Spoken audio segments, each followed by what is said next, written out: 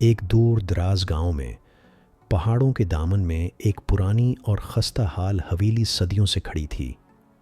लोग कहते थे कि इस हवेली पर किसी पुरासरार क़ुव्वत का साया है और रात की तारीकी में वहाँ अजीब और गरीब आवाज़ें सुनाई देती हैं।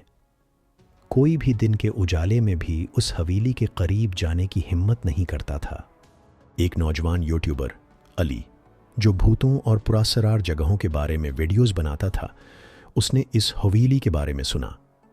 उसके दिल में एक तजस्सुस की लहर दौड़ गई और उसने फौरी फैसला किया कि वो उस जगह का राज जानेगा।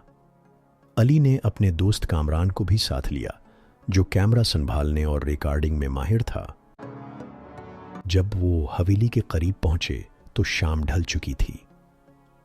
सूरज की आखिरी किरणें पहाड़ों के पीछे छिप रही थीं और हवेली के टूटे हुए दरवाजे और खिड़कियां एक खौफनाक मंजर पेश कर रही थीं। जैसे कोई साया उन्हें घूर रहा हो, अंदर कदम रखते ही एक सर्द हवा का झोंका उनसे टकराया। अली ने डरते हुए कैमरा ऑन किया और कामरान ने रिकॉर्डिंग शुरू कर दी। हर कदम के साथ फर्श पर धूल उड़ती और मकड़ी के जाले उनके चेहरों से टकराते। फर्नीचर टूट फूट का शिकार था। दीवारों पर पुरानी तस्वीरें लटकी हुई थीं, जैसे वो चीख चीख कर कुछ कहना चाहती हूं। आगे बढ़ते हुए उन्हें एक बड़ा सा कमरा मिला। कमरे में एक पुराना मिट्टी से भरा हुआ पियानो पड़ा था।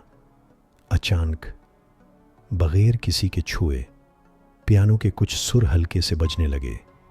अली और कामरान खौफ से एक दूसरे की तरफ देखते ही रह गए।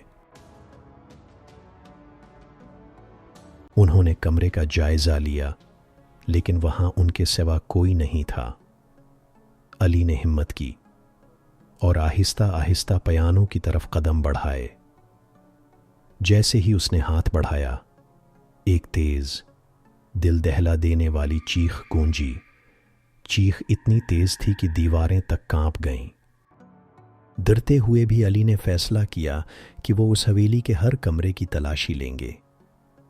शायद उन्हें उस पुरासरार चीख का कोई सुरा मिल जाए।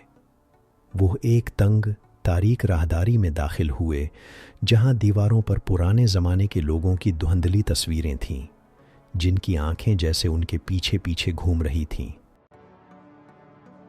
चलते चलते उन्हें एक बंद दरवाज़ा नजर आया। अली ने दरवाज़ा खोलने की कोशिश की, लेकिन वो जाम हो चुका था। कामरान ने जोर लगाया। दरवाज़ा एक जोरदार चरचराहट के साथ खुल गया।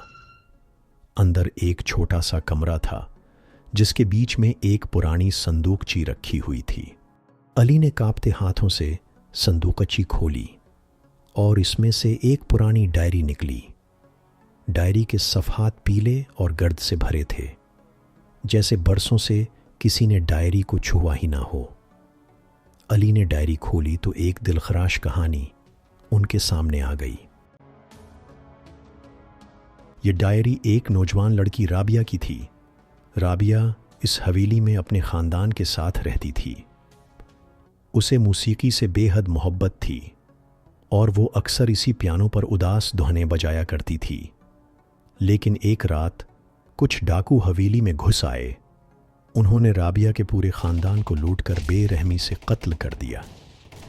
राबिया ने छुपकर अपनी जान तो बचा ली, लेकिन इस सदमे ने उसे तोड़कर रख दिया। फिर चंद दिन बाद वो भी तन्हाई और गम से मर गई। डायरी के आखिरी सफ़े पर लिखा था, मेरी रूह को कभी सुकून नहीं मिलेगा। मैं उस हवेली की दीवारों में कैद हूं और जब तक मेरा दर्द कोई न सुने, मैं भटकती रहूंगी। डायरी पढ़कर अली और कामरान की आंखें भर आईं। राबिया की कहानी ने उनके दिल चीर दिए। वो समझ गए कि जो चीख उन्होंने सुनी थी, वो राबिया की बेकरार रूह की आवाज़ थी। अली ने आहिस्तगी से डायरी बंद की और एहतिराम से उसे वापस संदूकची में रखा। फिर दोनों ने खामोशी से सिर झुकाकर राबिया की रूह के लिए दुआ की। कमरे में एकदम से हल्की सी खुशबू फैल गई। जैसे ताज़ा फूलों की महक हो। पियानो के पास रखी मौसीकी की पुरानी किताब खुद ब खुद खुल गई और उस पर एक मध्यम रोशनी पड़ी, जैसे किसी ने कहा हो, शुक्रिया। अली और कामरान ने एक दूसरे को देखा। उनकी आंखों में सुकून था।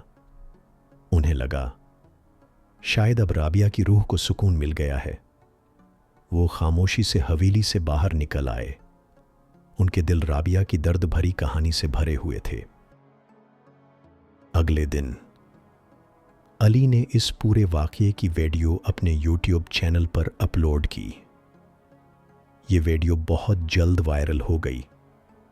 लोगों ने न सिर्फ कहानी को सराहा, बल्कि अली और कामरान के जज्बे को भी खूब सराहा। उसके बाद उस पुरानी हवेली से चीखों की आवाज़ें आना बंद हो गईं। लोग कहते हैं कि राबिया की रूह को सुकून मिल चुका है। अली और कामरान ने एक खौफनाक जगह जाकर एक बेचैन रूह को नजात दिलाकर एक नेक काम किया है, जिसे कभी भुलाया नहीं जाएगा।